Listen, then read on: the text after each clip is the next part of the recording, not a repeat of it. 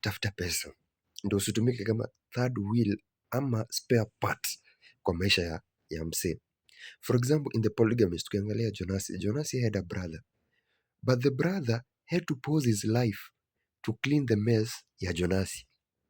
And how was he cleaning the mess ya Jonasi? Jonasi alikuwa marry dem ushaguka yao sasa. Wakati alienda tao akapata demu akishua Joyce, akaachana na AC demu ushago. Lakini sasa juu alikuwa ameacha demu ushago akiwa na mimba, alimzalia. Na ilibidi wamefake kwamba eti AC ni bibi ya brother ya Jonasi.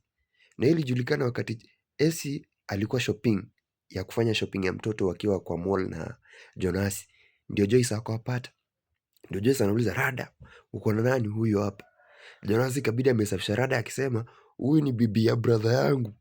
Na brother yake akaingia kwa mix akakubali, ni huyu ni bibi yangu.